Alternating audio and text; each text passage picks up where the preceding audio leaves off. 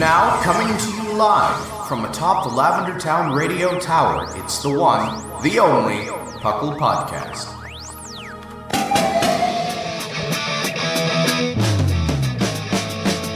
It's PUCL! PUCL! It's PUCL! PUCL! Pokemon Underground Champions League, oh yeah! PUCL! PUCL.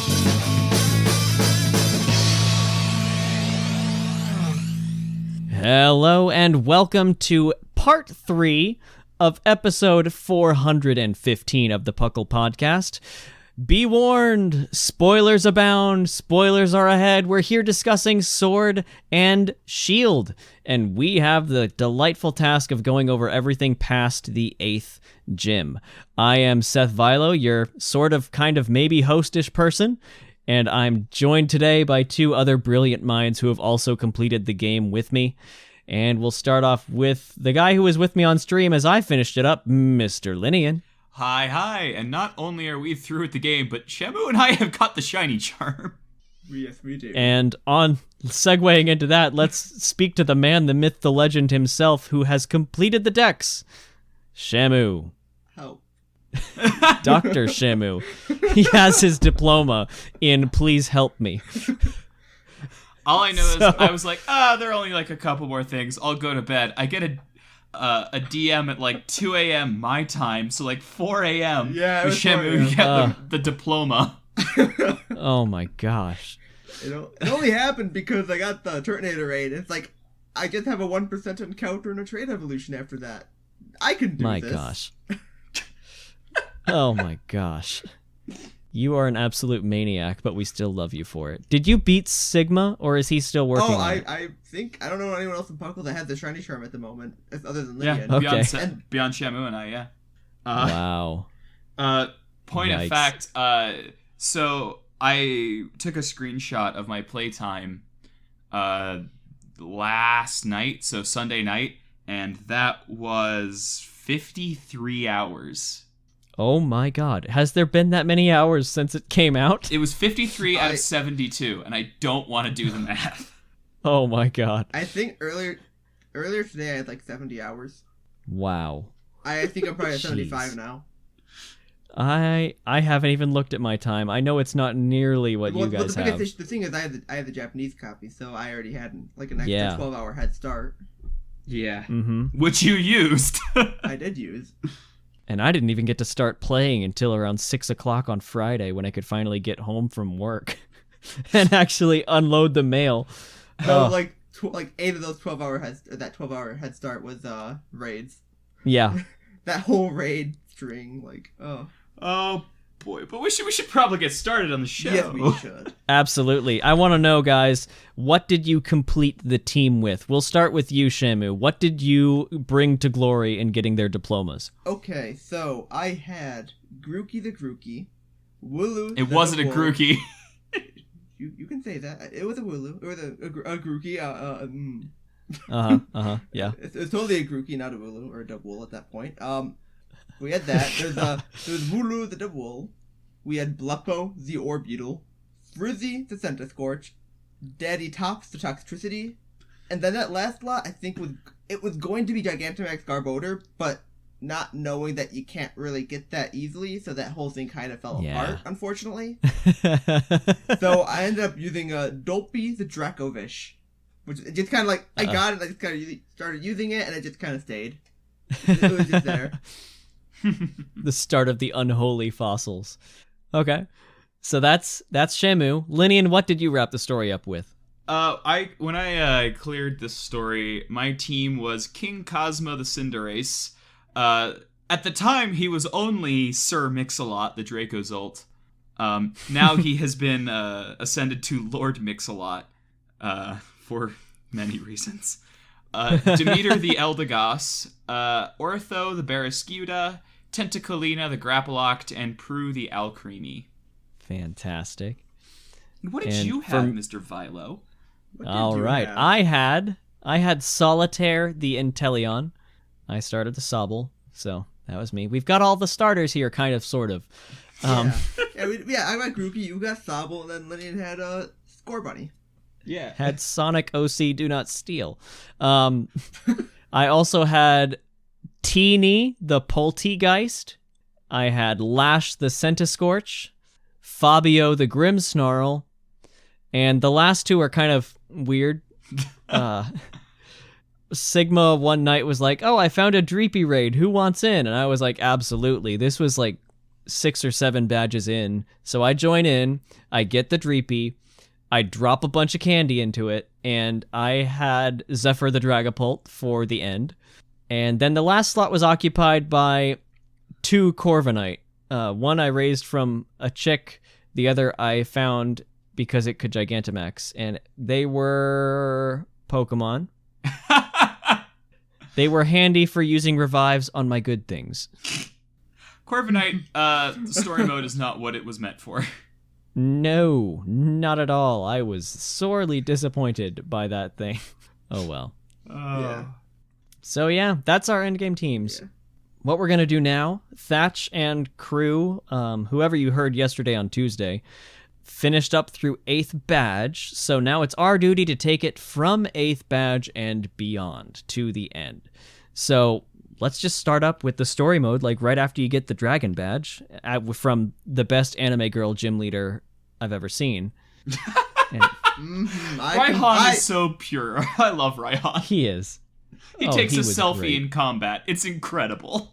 It was incredible. Let's just take a moment to comment on how all the gym leaders had such incredible interactions and animations, especially when they threw out their ace. Mm-hmm. Oh, And then you got that music change to the chant. Oh, yes. The chant music was actually pretty great, but do we have to It talk was about lit. Opal? I don't want to talk about Opal. Opal's the best gym leader other than Raihan. No. Opal was great because she was just unabashedly creepy. I hate she freaked me out so much during that entire gameplay. Like, there's a point with her where she's great, but it's more of the result that's great and not her. She makes me want to watch Studio Ghibli movies. She curses a child in the beginning of a Studio Ghibli film. Oh my Yes, god. absolutely. But anyway, continuing on past the gym leaders, because they're all wrapped up now at this point in the tale, and you're going on to, But you're they're in the not. semifinals or whatever. They're kind of done. Like as far as getting their badge. So, yeah, and you guys jump in and correct me on the story if I screw up at any point. So you're off to go get your semifinal battle and everything, and you meet up with the best waifu character Marnie and Hop and other folks that are trying to actually get into the end. And You just kind of go there. mm-hmm. Not a lot of pomp and circumstance. It's like, hey, everyone's cheering. Get on this train. All right, you arrived. Oh, Yeah. okay. Thanks. Is this after or before an explosion happened or something like that, or things started to get mysterious? Like they kind of they allude to mystery, but then they go, "Hey, you should go to the championship. Don't worry about it." Yeah. A recurring and annoying thing in the game. Mm-hmm. We'll get to that, I think, when it becomes more pronounced. Right. Yeah. And so you're going through, you've got you're in the new city, you're in Winden, and you go through all sorts of little challenges for the gym leaders. It's awesome. Well, that's the first who you thing that end up- happens is you have to play off for your spot in the gym leader tournament.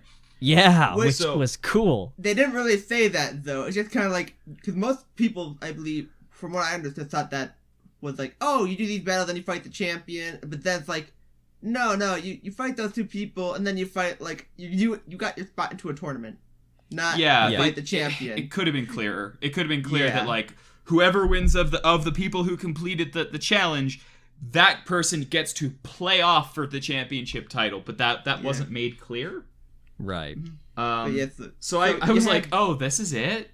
Wow, we're really flying. And they then even there's missed more. one rival, too. They missed they kept, like, Bede got kidnapped earlier on, because that happened. Yeah, I And love that. The Bede got kidnapped, and, like, so you don't get to fight him with Marnie and Hop.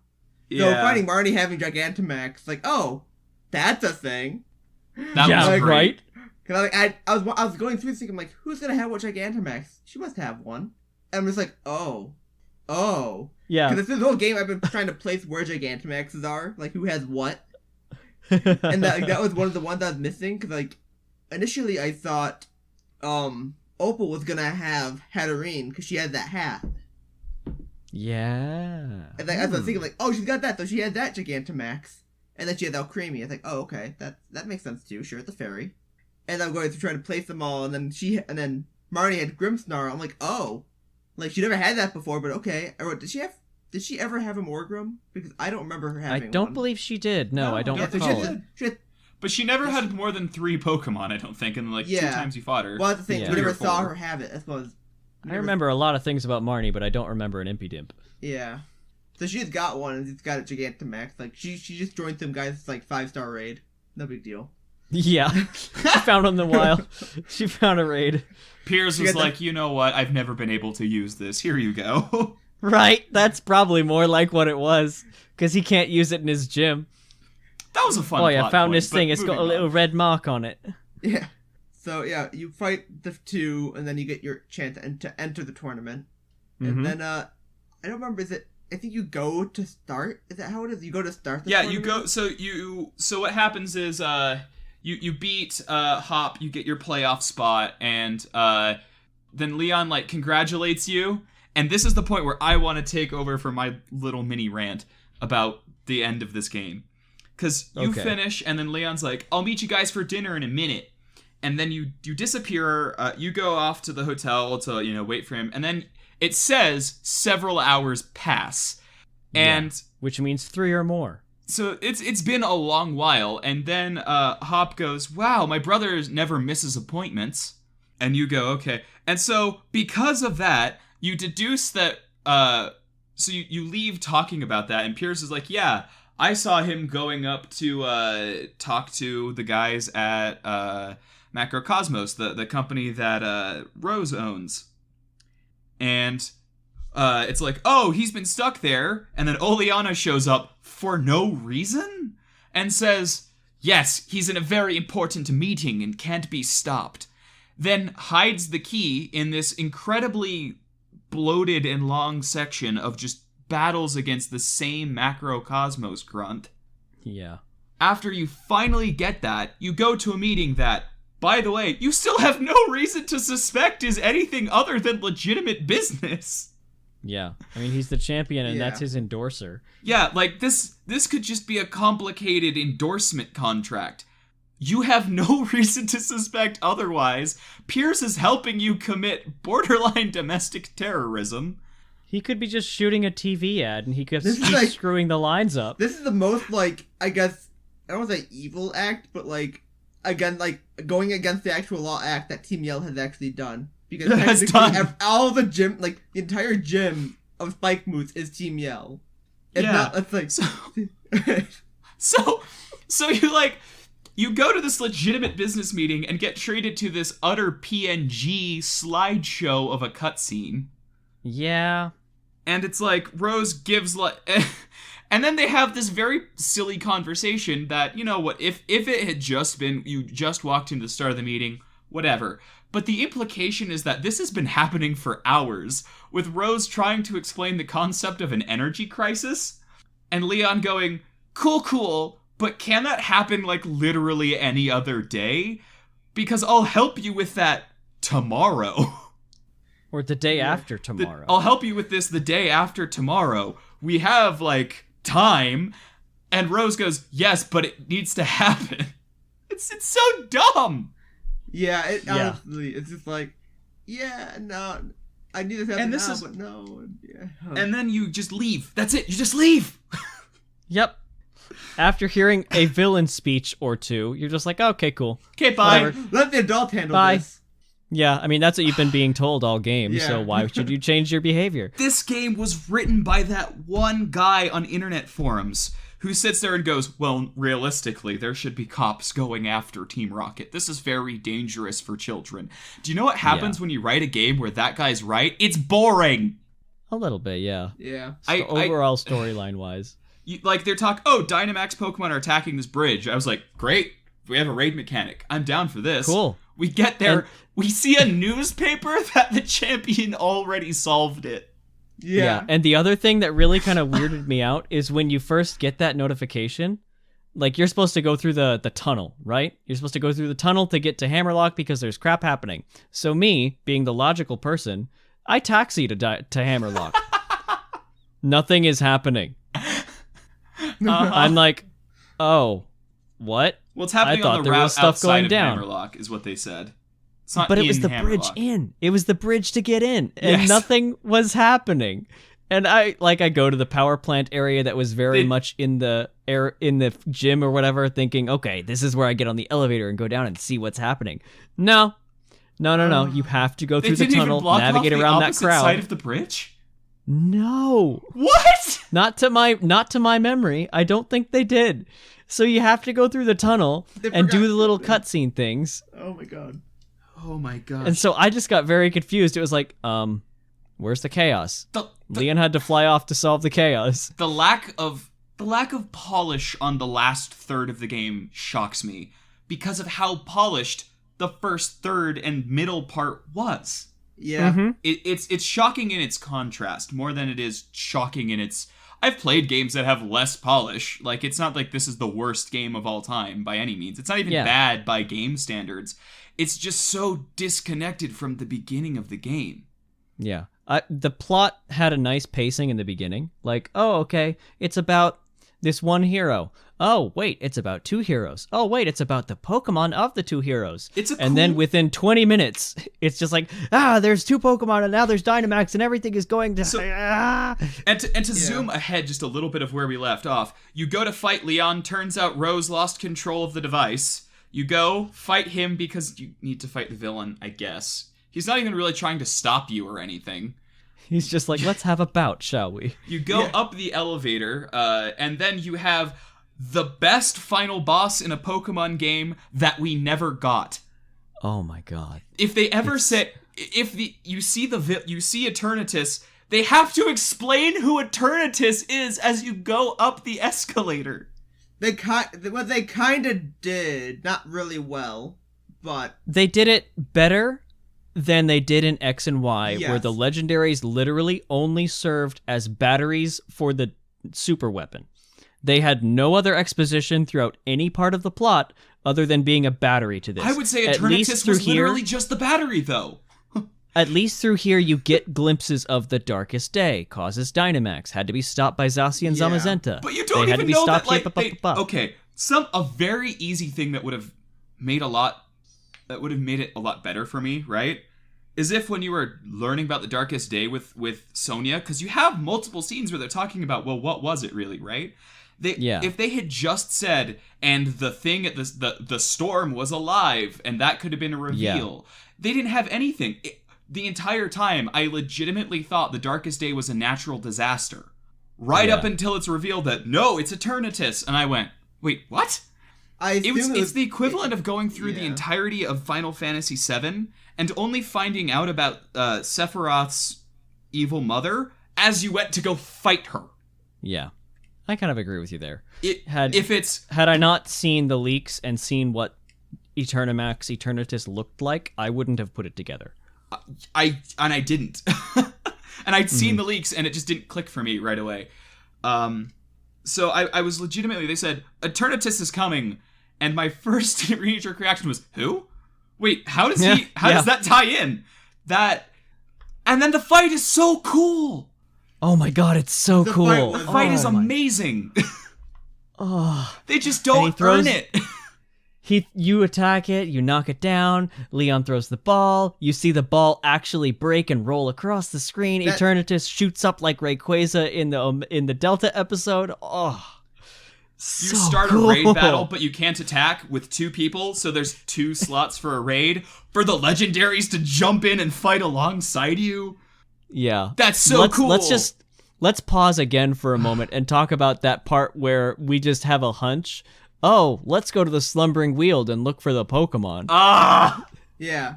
Because there's like, and then like, Leon will handle it. It's fine. Leon's gonna do great. We'll just go to the Slumbering. Let's awaken gods, because clearly this is a level of problem that requires gods. And oh, look, I found a teeny dagger. And oh, I found a teeny plate. No, wait, this is a shield. Let's bring them, I guess. I'll put them in my backpack. And then in the battle, Hop is like, let's pull out our dagger. That'll stop him. It really And didn't then it work. does. So they have this fantastic conclusion to a storyline that we never got. And the storyline that we did get, we didn't get to participate in. Which is such a shame because the characters are all so good. Bede is incredible. When he shows up to interrupt the gym leader tournament, that's so fun. Yeah. That's just so fun. And I loved Eternatus having flashes of areas behind him where it mentions in the Dex entry, like, he can alter space and time around him because that's just how powerful it is. And you're seeing, like, the space-altering things like you saw in the Palkia battle. Yeah. And you're getting great. You're getting all of the gym leaders, the version exclusive ones by the nature of them not wanting to write scenes twice, get less development, but all of the gym leaders have at least one or two things where you enjoy them on screen. This is like it reminded me of Gen 5. When you really got to know who the gym leaders were beyond just being gym leaders. And there is no who is Ramos moment. Yeah, they're like nothing about like Gen 6 had interesting gym leaders. I just kind of showed up and they were there, and someone might offhand mention another job. With this, I got the sense they were professional battlers. I got the sense that they had defined characters. Raihan mugging for the cameras literally every opportunity he gets. Yes. To the point where browsing even Reddit. in casual idle poses, he's got his Rotom taking photos. Yes. Milo is just like the nicest bro. Nessa has like hot and cold personality to the max. Kabu is just the nicest guy. He is. Very much. He has like really high respect for like anyone. It's like, oh yeah, you're awesome. You're cool. The scene of Opal and Bede is amazing. It's the best part of the game. Him just her just yelling pink, and Bede being so wildly uncomfortable with this. And then King Crimsoning from the back. Opal erasing time and leaping past it. To kidnap a boy. The scene where Bede calls out Oleana saying, "Did you walk in the path of a simple beam?" Best burn in the game. And Oleana, the only intelligent character in the plot, arguably, just looking so offended. Like, the characters, I like all of them. Hop, I think, gets too much airtime, but at least he has an arc. Hal never got an arc. It's not just donuts. Yeah. He gets so much that he gets too much screen time, and that's the reason that people are like, Hop's bad. Hop's overplayed. We needed less Hop. We needed less Hop, more Marnie. Yes. Yeah. If we had done Marnie that, was I great, think we would have been better. Like, I didn't go in I there. wholeheartedly second this. I didn't expect to like Marnie when I went in there, but like after like seeing her for the first time, second time, like, oh, she's great. Pardon my language. Yeah. There's a cut. Please keep this chatter in as a blooper after the music. I'll try. No, I think all of the characters are fantastic. They just kept telling you not to be in the plot. And it's annoying. I thought you guys, because you were ahead of me by a long shot, when you guys had mentioned, oh, this kind of feels like the adults are saying, let the adults handle this, and then you guys go complete your badges. I thought you were being facetious. Like, no, then I read that line, and it was just, huh? They actually say it? Like, is it unreal? It's totally within common sense that would happen, right? It's a logical plot. Yes. But Pokemon is not a logical universe. Yeah. If there was a world where going outside your house, an 8-foot-long fire centipede could just eat you, yeah, kids would not be unattended. No. This is this is one of the most dangerous universes by logical standards. Pokemon is what we call in the literary circles magical realism. Mm-hmm. Which means that you have that flexibility to just say, yeah, you're a capable battler. It reminds me of all things of JoJo's Bizarre Adventure. Araki, the writer, made a comment when he developed stands, and what he loved about them was that anyone could have a stand, anyone could be equally competent in battle, right? So it was your skill that determined what you could do. So in a world like Pokemon, where everyone has elemental creatures that just obey their will, if a person's a child but a hyper-competent tactician, they are way more important and way more likely to be of use than a random adult. Then Leon. Well, that's how Leon... that's technically like Alistair, because Alistair is like, I think it's a grade school child, something like that. Like, he's young. Yeah. He's very young. And that's like, he's a gym leader, though. And Yeah, that's that same and aspect. everyone loves Alistair. Yeah. So it makes even less sense that you're told to sit down. Yeah, they talk about that on as a rare card. Because all the elite cards have like little descriptions of the people. I know, the bios, I read through all of them. They're so good. I didn't have Alistair's because I did Sword, But maybe we should get back to the actual gym challenge before we spend another half hour talking about this. So Absolutely. So Shamu, go ahead. We do the story. We get Eternatus. The dogs go wherever. We don't care right now. The dogs are gone. Then we go back the next day, assumedly, at least for some people, like, oh, we're gonna go fight the champion. Then like, oh wait, all the gym leaders are here except for one. And so you're doing this. No, we like, did that first. No, you do that before. Oh, you did that before. Oh, Yeah. it's opening This is ceremony, isn't completed. it? It's opening ceremony, something like that. No, But so yeah, you do the opening ceremony and then something happens. Then you do the gym leaders, and then the whole thing happens when you first go to try to fight Leon. Yeah, you're standing in front of Leon to fight him, and then And then the Rose is like, Eternatus oh, stuff by the happens." way, I hit the Oh, nuke button. yeah. Yeah, so this we is kinda after skipped that. over We're it. coming back for Leon. Right, yeah. Yeah. We're actually facing off against Leon now. But we and never- his battle. Before we even did that, we didn't even talk that Bede got to be a gym leader. Yeah, We skipped over that. we did Yeah. because there's so much to go over for once after It's just the fact that after Bede- Gen 8. Bede got fairy eyes, I guess. I don't know. Like, he got very converted. controlled. like Yeah. Fairy locked. yeah. So he's just There he's we go. now the fairy leader. Opal groomed him between Gym Yes. 5 and this, and he And- had Gigantamax Heterine. Yes. We also zoomed over Oleana had Gigantamax Garbodor. I love that fight because it was a whole of like beauty on the outside. And then Yeah. she reveals her Garbage. true colors. Yeah. A giant trash pile. Yeah, because she had like Milotic, she had Serena, she had what was the other one? I don't know. I don't remember the other one. Clefable. Or, Yeah. it was all beautiful Pokemon. And then her last And then Pokemon is trash. just Garbodor. Yeah, It's very good. Yes. but then we do the gym challenge. You fight the gym leaders again, but this time they have Gigantamaxes, which like so you see Gigantamax Dreadnought and who was the second one we fought? We fought. Oh, wait, no. Who was the one we fought? No, you just after? fight your first version exclusive Oh gym yeah, leader. and then it's Raihan You fight again. the water type Nessa to see Dreadnought, and then you fight the exclusive first of its kind weather type gym leader, Yes. Raihan. Yeah. That was great. Yeah. And singles. Yeah, this time it's singles. And so you beat him, and then you go to fight the champion. Eternatus happens, Darkest Day. You beat that. Next day, you finally come back to actually fight Leon. Right. And that was the one fight I actually had trouble with because of the fact that Mold Breaker exists. And I had two Pokemon that relied on abilities to be bulky. They definitely were not the same Pokemon. They were two totally different Pokemon that both had Fluffy. Yeah, Grookey and not Grookey. Yeah, correct. That fight gave me. I was not under leveled, but I was like, okay, yeah, I'm like level 59. I'm like level 56, 57, which was about what the other gym leaders were, right? Oh, And then he sends out his lead at 61, and I went, oh no. Oh Yeah. no. It was just down to Barraskewda. I literally was sending things out to get sacked so that his Gigantamax turns would end because I knew that guy had Solar Beam. Yep. Oh. Yeah, Because Rock Slide or he had a Rock type move, a Grass type move, and a Fire type move, and that's all I believe I saw. no, he also had Protect. He had a status move Protect. that became Max Guard.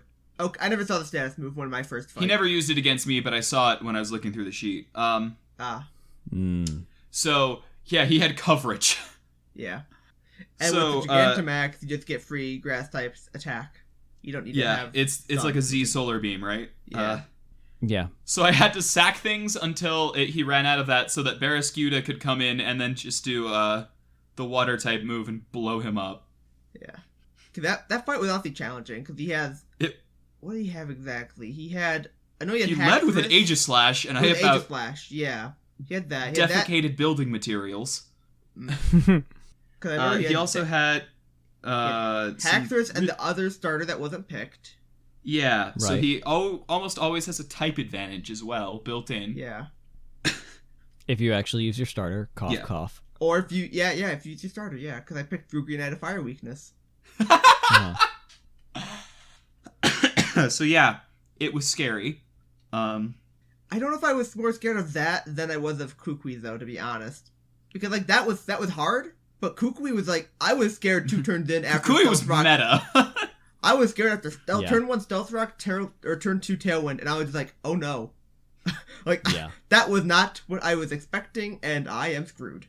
Though this was hard, it was just like, I don't think I was on that level of scared. I didn't have a problem with Kukui, even on my Nuzlocke. So but this had me on the ropes. And as Seth found out when we did battles with our post-game teams, it wasn't like I had a weak post-game team, a weak story team either. Can confirm. Dracozolt, when Dracozolt can't do anything, I start to panic. Yeah. So I think I did decently well against him because I had a Dragapult. So yes. You had a dragon. I you didn't had a fast exactly dragon. Mm-hmm. Because then after that, it's just credits. And the last credit slide was fantastic. With all the Wooloo rolling over, finished to the end. The great animation. I want to try to get that like a transition slide. To be great. That would be great. That would be good. A screen transition? Yeah. Just all the Wooloo rolling across the screen. Uh-huh. And with that, I think we should probably break here. Yep. We're going to break here. We're going to discuss other things that happened in the post game after this break. So we'll be right back. Hey everybody, this is Seth Vilo cutting in for a couple of quick reminders. If you like what you hear, be sure to hit that subscribe button to get more Puckly goodness every time we drop a new episode. The main show comes out from the Puckle feed every Monday. Other shows on the PUCL Plus feed include Battlecast, hosted by yours truly, TCGcast, Game Corner, and Patreon live shows, which come out roughly every Thursday of the month, so be sure to subscribe there too. If you want to be part of the community, we would love to have you. Be sure to follow us on our Twitter, Instagram, and Facebook accounts to stay up to date with what's going on. Also, come to our Discord channel, which is where you can talk with Puckle people all hours of the day, and where our tournaments, events, and now raid parties happen. Be sure to check the show description for an invite link and join in on the fun there. Finally, if you'd like to support us in other ways, feel free to snag Puckle merch from the shop, which is linked in the show description. We also greatly appreciate your support through our Patreon. Every cent you give is put right back into the community to improve Puckle, be that through badges, tournament prizes, new mics so we sound kind of halfway decent, and much more to make Puckle the best Pokemon podcast out there. We appreciate every bit of support that you're willing to give us. Anyway, let's jump back into the show and see you guys in a raid soon. Welcome back. We've gotten through the story pretty much, so now we're just going to kind of talk about how the end game is. Like, what do you keep doing after you've completed the story and everything? What is there left to do? And I think we all have the same answer to that question, just from a very, very broad general sense. Guys? Raiding. Absolutely. Raids for days. Literally. It's great. I love them. They are the best mechanic I've experienced in a long time. And it's not something I can just do easily either. It's a challenge sometimes. It's a challenge to do alone. Yes, even sometimes with people. It depends if you don't, depending on the people. It really depends on the people and how much you plan. Because you can easily just, if you're doing it with all 70s, it's somewhat painful sometimes. But once you get 100 and then you have 4 people with level 100, it is kind of trivial. Because I've been I can easily solo a lot of raids now, except for the very few that are just I don't have anything to handle this thing, so I either need to get something made to deal with this raid or find people who can essentially support me along. Yeah. Alternatively, you'll have things where it's like, I can beat this, but I can't drag the AI through it with me. Yeah, No, and God. AI are Oh a my thing if word. you're doing it solo, and that's the worst part. I'm Like, going to keep cosmic powering. But realistically, 2 players can beat almost anything, and 3 people can take any raid in the game. I am convinced. Yeah, because Yeah. the biggest issue too with AI is like, hey, if you get 3 knockouts on your side, or 4 knockouts, sorry, and or 10 turns pass, it's game over. Well, the AI can just get wiped in one hit if it has AoE, and there you go. There are your 3 or 4 knockouts. Mm-hmm. And that's So- like, when you have 2 people, you can at least reduce that a bit, and then 3 people, it's like, okay, worst case, you're losing an AI every other turn. Like, And that's really not that big of a deal. yeah. Mm-hmm. By You the do time not. yeah. You don't hit the 10 turn ever. You're rarely close. The only time would be if something stalls out, like possibly a Shuckle, which Protector. had a gimmick itself, as well as like Obstagoon spamming Obstruct. Things like that can do stuff. That took 20 minutes to fail. Oh my gosh. It's just stuff like that can kind of cause issues with that turn limit. But usually it's the knockouts you're worrying about, and I think that I don't know how it works, but I think later in the game the higher the level your AI support is. Yeah. Because I think mine are consistently like level 70 now, which is nice. But but they're still much worse than a person. It's still much worse because who wants a Wobbuffet, really? You want a Wobbuffet helping you out? I'd rather have... No. I don't want, like... I think I'd rather have the Pikachu or the Eevee. The Clefairy that uses Clefairy, that Follow can Me when there are 3 knockouts and That's you are kinda at clutch. full health. Early on, that's really clutch. But Early later on, but in the agree with end that. game, Yeah, when you're I done could with have, stuff. I would have taken it, but the Clefairy used Follow Me, and then it died. Yeah, it didn't want to attack. Because with Raid, it comes down to you have a damage dealer, maybe 2, and then you have people on break bar duty. That's kind of how Yep. at least what we've discovered is the meta for Yep. it. It's like, you can use a legend, like we'll say Eternatus, which is I use a lot. Click Dynamax Cannon, Yeah. which is a special move. Eternatus is a cheat button. It is the cheat button. It is correct. So are the legends of the game. Because they each have a move that does double damage to Dynamax Pokemon, being either Behemoth's Blade or Behemoth's Bash for the 2 box legends. And then Eternatus, which gets each turn Dynamax Cannon, which is a Dragon type move. And they're all 100 base, so they're doing 200 damage to a Dynamax Pokemon, not including Stab. Yeah. And that just generally on most targets, as long as they don't resist it or are immune or whatever, it will bring them down to the first break bar if they have that.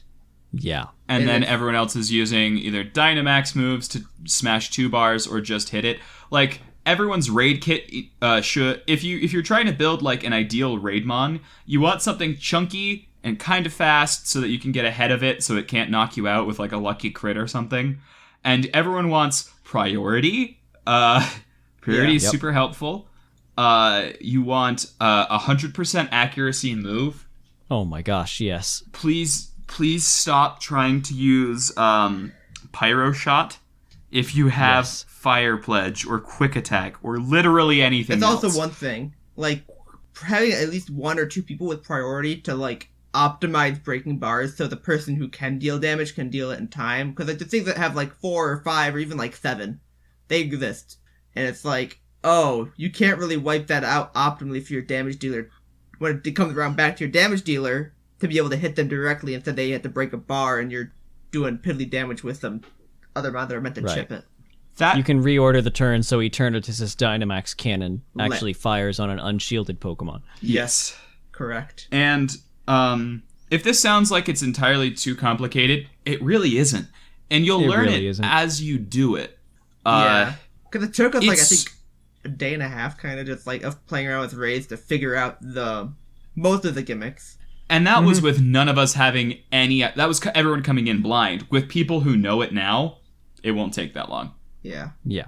And we have Pokemon now that can actually take advantage of it. Like before, we might have been playing with maybe high-level in-game things. Shamu was the only one with Eternatus for a while. Yeah. And that thing's And- a monster. It is on. And then Yeah. this was when we discovered that the sheer power of this is when Lord Mix-a-Lot was crowned. Lord Mix-a-Lot. Yeah, he killed something through the shield. That's one So thing the you should shield know. doesn't negate damage, it just significantly reduces it. Yeah. Sir Mix-a-Lot, at the time, used a move against something in shield, and it got knocked into its shield, so it stops the damage, throws up the shield. It was then Lord Mix-a-Lot's turn, who killed it through the shield. Yeah, it was bonkers. That's how I got a Toxel. Yeah. Yeah. So that's raiding, and another cool thing about that is, you know how you would just click through them, and before the little actual raid dens would give you 50 watts, and then when you actually start a raid, it would give you, 200? Yeah. Something like that. Yeah. Now, that was 300, I think. Then they changed 300? Hideous. Yeah, it was 300, that's right. Hideous. Now, in post-game, just clicking on a den gives you 200 watts instead of 50, and clicking on one with a raid on it gives you 2,000, which is fantastic for going to those digging brothers and finding the fossils to play God. Yeah. Or get the unlimited evolutionary items that they could dig up, or you could go find in the wild area because they respawn. Yep. Even things like the apples to get Applin to evolve into its things. There is an unlimited replenishing stock on the island. It just may or may not respawn on any given day. Mm-hmm. So there's a chance there's a new apple every day. So when you log in for the day, just go and check. Just pick up you'll quickly get a stock of apples. It's not like you're not going to be in the wild area anyway. Yeah. There's a standing circle of stones that regenerate each evolutionary stone in the Lake of Outrage as well. Yep. You go to Lake of Outrage, of that little swirl, you'll see that then in the middle of the ceremony circle, and behind each of those rocks, there's each evolutionary stone. And then you got, in South Lake Mylock, you can get a prism scale that respawns at the very bottom there, I believe. Every evolution item respawns in some way. Usually they're time-gated. The most annoying is Poltegeist and Dusclops. Yeah, things like that require the specific ones that are not stone-related. Yeah, but they can be bought from those dudes. They can be bought from a guy who sells you one random item a day, but he also doesn't have a limit beyond he'll sell you one per day, so eventually you'll have them. Yeah. Worst case, in you Sun can and Moon. just do the time glitch. Or not time glitch, really. Just change the time on your DS and... As long as That's it's disconnected from off. the internet, yeah. Yeah. That'll be needed for And- other stuff, too. Yeah. Effectively. And boy howdy, could you just not... Like, there was one King's Rock in all of Sun and Moon. You used it, and that was it. It did not show up again. Now you can get lots. Yay! Yeah. It's honestly, like, it's very nice to have access to that stuff, because I can just go... Because when I was doing Dex completion, it was just like, oh, I can just use this. I don't have to worry about, like, this is my only one. I can literally just go click, use all my stones, just go, like, hog wild, and just full blitz it, and just, like, there we go, done. Yay, I can do all, like, just, okay, that's fine. I'll use that on this really crappy Eevee. Here, have these, like, 5 stones. Have this, have that. Yeah. And then, And not feel like the game is punishing me for trying to do 2 things at once, to both collect and battle. yeah. Right. And, Which, in this game, where you can pretty much make anything competitive, I appreciate. Like, Yeah. I can have as many different things as I want. I can have my Flame Body Centiscorch. I can have my Flash Fire Centiscorch. And I know they don't require evolutionary items, but that's an example. I can have my bulky, specially defensive Poltegeist and my God-slaying Shell Smash Poltegeist. And it's fantastic. Like, you have so many options, and that's something I really like about this game and post-game. Not only making anything viable with all the items and everything, and the fact that you can go get the mints and the ability capsules and really actually do good for any Pokemon you touch, but they're generous with their stuff. Sometimes you have to work for it, but they exist. There's ways to get it. So I love it. took Lord Mix-a-Lot because I loved him so much. I decided that he was going to be my test subject because I wanted to see how easy would it actually be for someone playing the game normally. And despite the condensed amount of time, like days that I did it, I think I actually had an end game time roughly equal to people who are playing it spaced out. So I went, okay, if I'm doing this in a normal way, maybe I did a couple more raids, but by and large, I didn't do anything crazy. Mm-hmm. How hard is it going to be for me to take one of my Pokemon and take it from the story and turn it completely OU viable? With just this, I beat the game, I used the candies I had in my inventory, I was one rare candy away from making it level 100. I now have more than enough spare just in the Dex completion candy that I've gotten to do it to something else. Like, it's not like I used up an absurd backstock of candy. So the 100, easy. I was like, I wonder how hard bottle caps are going to be to get. I went to the Hyper Trainer to find out I'd already gotten 5 from raids and digging. And digging gives you bottle caps. That's a big one. Yeah. Yeah, and I hadn't even realized it. Like, that's how... that's where they were. And I was like, okay, this is cool. So I've got the IVs taken care of already. I was like, okay. What about the nature? I got that in like under an hour at the battle tower. And there were ways I could have high rolled it to get it even faster. Mm-hmm. And then I was like, okay, well, what about EV-IVs? Like EVs, right? That's going to be the hard thing. All the raids drop EV reducing berries. They do? Yes. A lot of them. So you get berries, and some of them are like useful Poffin ingredients, or some are whatever. But a lot of them are all of the EV dropping berries. I had like 30 of each. So I just had him eat until his stats couldn't drop further. Then I bought 26 1 of the relevant vitamins. Uh-huh. Poured them down his throat, and he was fully EV and IV. Everything went from a story mode Mon, who happened to have the right ability. Everything from there to grinding for the nature mint that I didn't have, and using bottle caps, and like from start to finish, the process took me less than 2 hours. Yeah.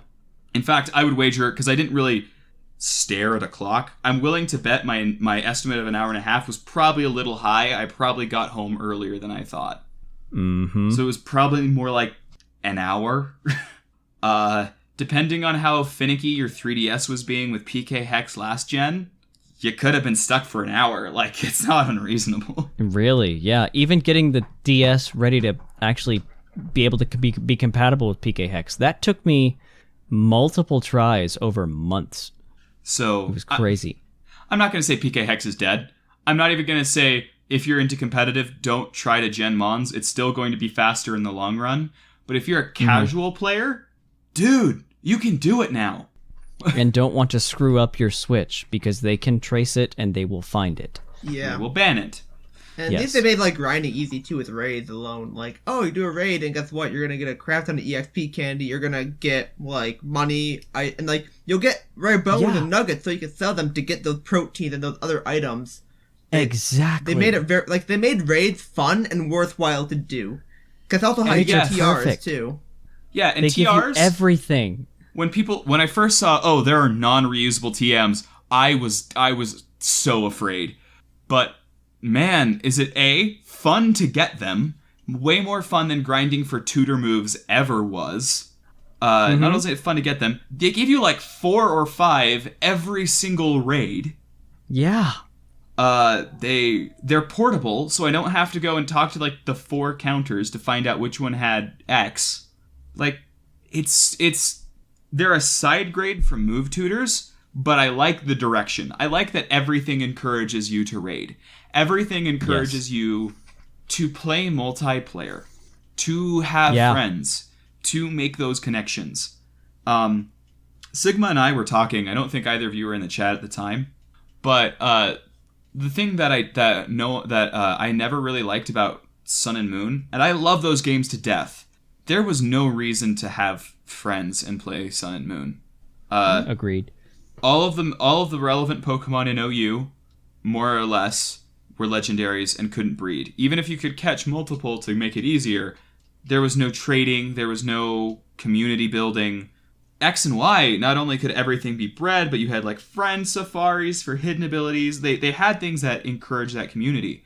So, Gen 7 happened, and no one talked. Yep. Gen 8's here, and I think that the community that it builds is going to be very impressive. Yeah. Yeah. Because even, like, as of, like, what we had in PUCL, like, a bunch of people have been coming in. We've had, the Pokemon release still, we've had General Pact, the general voice channel. We've had, like, 10 people in there the first couple of days, and even now the channels are popping with people trying to trade and get people to raid with each other and get a group together. And it's like, this is the most activity I've seen at that Pokemon launch in a long time. And we're including Sun and Moon. Yeah. Like the previous gen on a console people already had. Mm-hmm. And I was at a local event thing recently, and it's just so seamless there too. Like, you don't even have to add friend codes or anything like that. It's just, it locally talks with other Switches in the area of people that are playing the game. And those notifications that you get from being online with people pop up down there just for people that are playing the game. Some guy named Seth is doing a Gigantamax Centiskorch raid. Wanna in? Yeah. It's just... And that feed is so great because even if I'm not in Discord chat, right? Like, I'm just playing the game on my own, I would see, oh, Dennis started a raid and he didn't put a lock on it, means, oh, I'll hop in, I'll join. So he and I went and did something, had fun, and then we kind of dropped out. There wasn't, raiding is the perfect amount of prep work and coordination to be a fun group task without being so much that you can't handle it. Mm-hmm. That it can be pick up and play. It can be casual. Yeah. And you can do it from anywhere. You don't have to be in the wild area. Yeah, you can do a raid anywhere in the game. As long as the person who's triggering it is at the den. Yeah. Yes, yeah.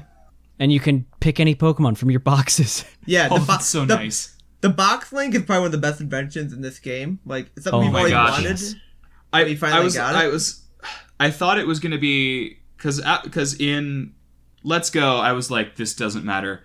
I don't care about this. When I was doing Dex completion, but also hopping into people's raids as I was breeding, I was like, oh, this is actually ingenious. This is the best thing ever. Guess what I was doing too when I was trying to get finish my Dex with Feebas, trying to get that 1%. I had my thing open and on the raids only, waiting for a Turtonator raid, which I got, which is like the only reason why I got my Dex done. With some random person just had a 5-star Turtonator, and I got it, and I was like, hell yeah. Got it, and I just had to finish Feebas, and there we go. Though I do wish they would trade. The trades are not really good. That's unfortunate. Yeah, the trade with the code is a step backwards. Yeah. The best thing about that box is that they also didn't just stick it in the party menu. Like, oh, if you're going to the daycare, it's like, who do you want to leave? They open the box screen. They don't open your party screen. They do? Yes, they do. I haven't bred anything. And oh my gosh. You take it up now, it's like, hey, if you have a full party, you want to put it in the party or the box? You can choose. And also, you can turn that off if you want, so you don't have to click through dialog boxes if you've already got it set. Or just slam B all the time. That's another trick that I learned from you guys, is if you want to keep that option open, just slam B. It automatically skips the nickname and skips the box. Just keep hitting B. Yep. Yeah. They added a lot of shortcuts that are going to make the competitive a lot cleaner. Oh, yes. So, I think at this point we can transition into overall thoughts. I think we've talked about what we wanted to hit on. Mm-hmm. So Lynian, what are your thoughts? I'm torn. I'm really torn. Because I am a narrative guy. I love that thing. That is literally what I'm studying, what I'm trying to work on, right? And it's honestly awful. It's bad. It is probably a worse plot than X and Y, because while X and Y I didn't even care about the people, so I had no connection. But here I'm like, oh, all these people are so great, and I don't care about what's happening, and that hurts. On the other hand, the quality of life is incredible. The raids are... Guys, I cannot overstress how fun raiding is. The actual gameplay loop, like the gym puzzles, we didn't really talk because we're post-game, but the gym puzzles are really interesting, the first 6 at least. The first 5. Don't tell me 6. No, 6 is bad. I won't... At least it had a gimmick. 7 and 8 were just bad. It was literally just a battle gauntlet. It wasn't fun. There was no actual real challenge in there. The only thing with the 7s was like, hey, guess what? You were able to Dynamax? Now you can't. And that was cool. And if that had been the gimmick for, a different gym, I would have been down. But this was just lame. Yeah. But the lack of polish that drops off significantly after the 6th gym makes it feel rushed. And I really don't like that. On the other hand, I love the new designs. They're some of my favorite Pokemon of all time. Dracozolt has jumped into my top 10. I love the raids. I love so much about this game. And on the other hand, there are parts that make me go, wow, Dexit isn't the only reason to say this game was rushed out the door. And that kind of hurts. Yeah. Because that feels like they not only cut the Pokemon, they did it and didn't even have the time to finish what they set out to do. And that just feels... I don't like how that feels. But what they did complete is so good. So I'm of two minds. For me, I have definitely played Generations I have enjoyed significantly less. Playing the original Gen 1 it's buggy and weird and it has problems. Gen 5, at least black and white base. There are so many things. There was a post game, but it was so linear to get there. I really didn't want to do anything with it. I didn't want to engage. There are Generations that I genuinely enjoyed less, but there are also ones like 7 that I liked more. I had more fun with those games. It's a middle of the road entry, but unlike the other middle of the roads, it's because there is no real high point but no real low point here. Mm-hmm. Galar is so polarized. The highs are exultant and the lows are abyssal. And I come out having had a lot of fun and excited for the raids and the post-game for where it's going, but understanding that it is a flawed product. Right. So it's Shamu. What do you feel about the game? I liked it.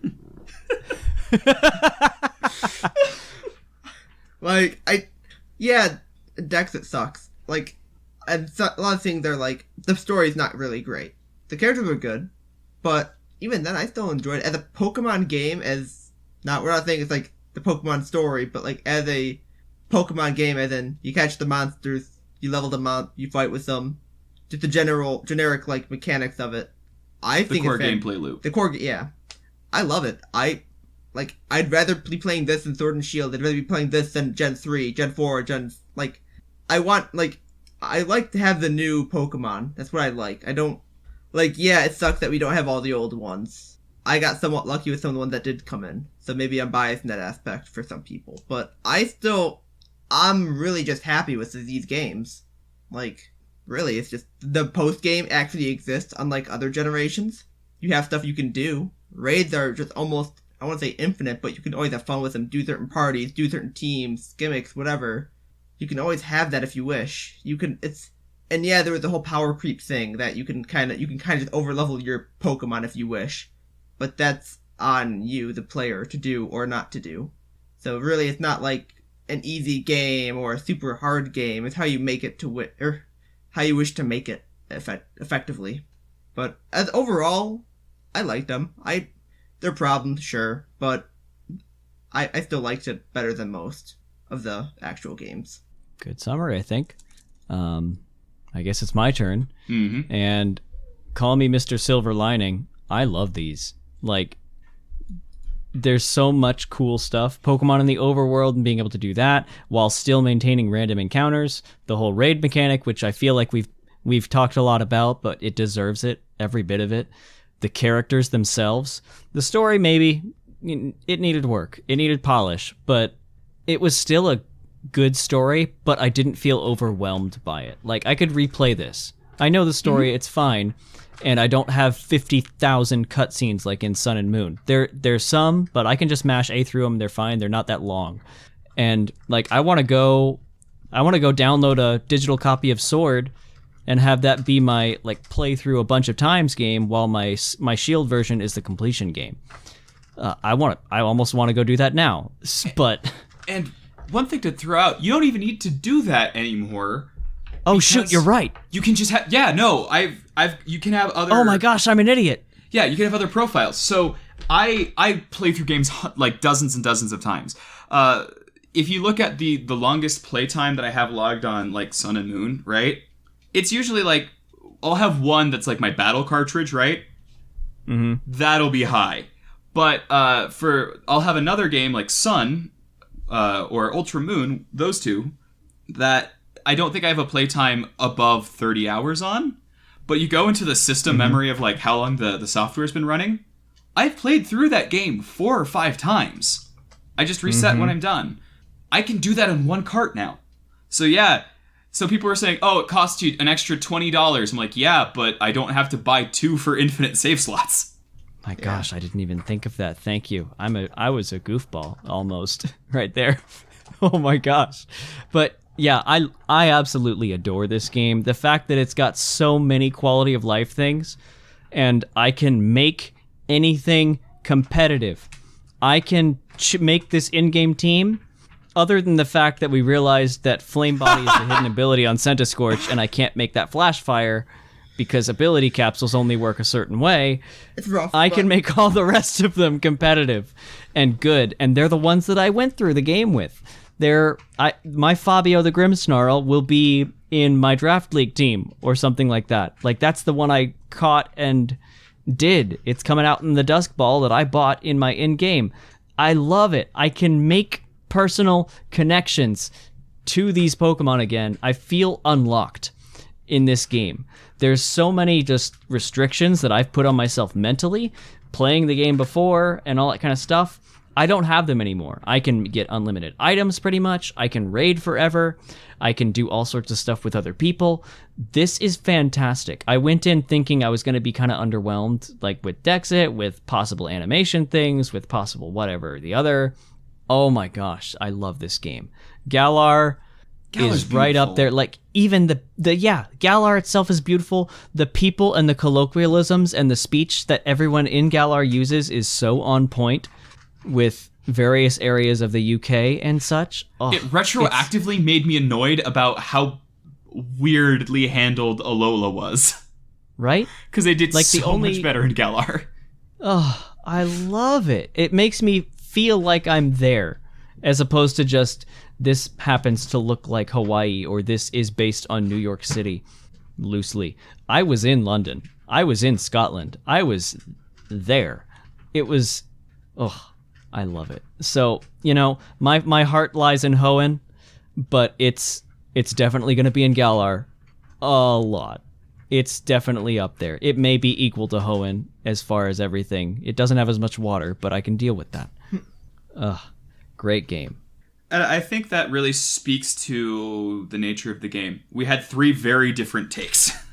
We had a like, a love, and a conflicted approval. So... But I think, I think they're quality. I think people are like, are they worth $60? I think all of us would say yes. Yeah. You'll get your time with them. I've paid more for worse experiences. Yeah, can confirm. Can confirm as well. Namely, that last booster box I got. Namely, didn't even have a hyper rare. A PNG of Edmond Dantes I didn't even get. But I would say this is a good point to wrap up. You've heard us go over kind of the end game spoilers, what to do with your life after you complete it. The answer is make a new profile on your Switch and Nuzlocke. And once we figure out what good Nuzlocke rules are to this, because it kind of throws everything out the window. Yeah, it's a good game, I think. It's got a lot of conflict, but overall it's a good fun one. And there's things that can improve, as with everything, more so in this one than others. Raid forever. And all of y'all are second to Shamu. On that note, though, what to do an Ice Cube raid? Oh, okay. Goodbye, guys. We're going to end this episode right here. There's an Ice Cube. See ya!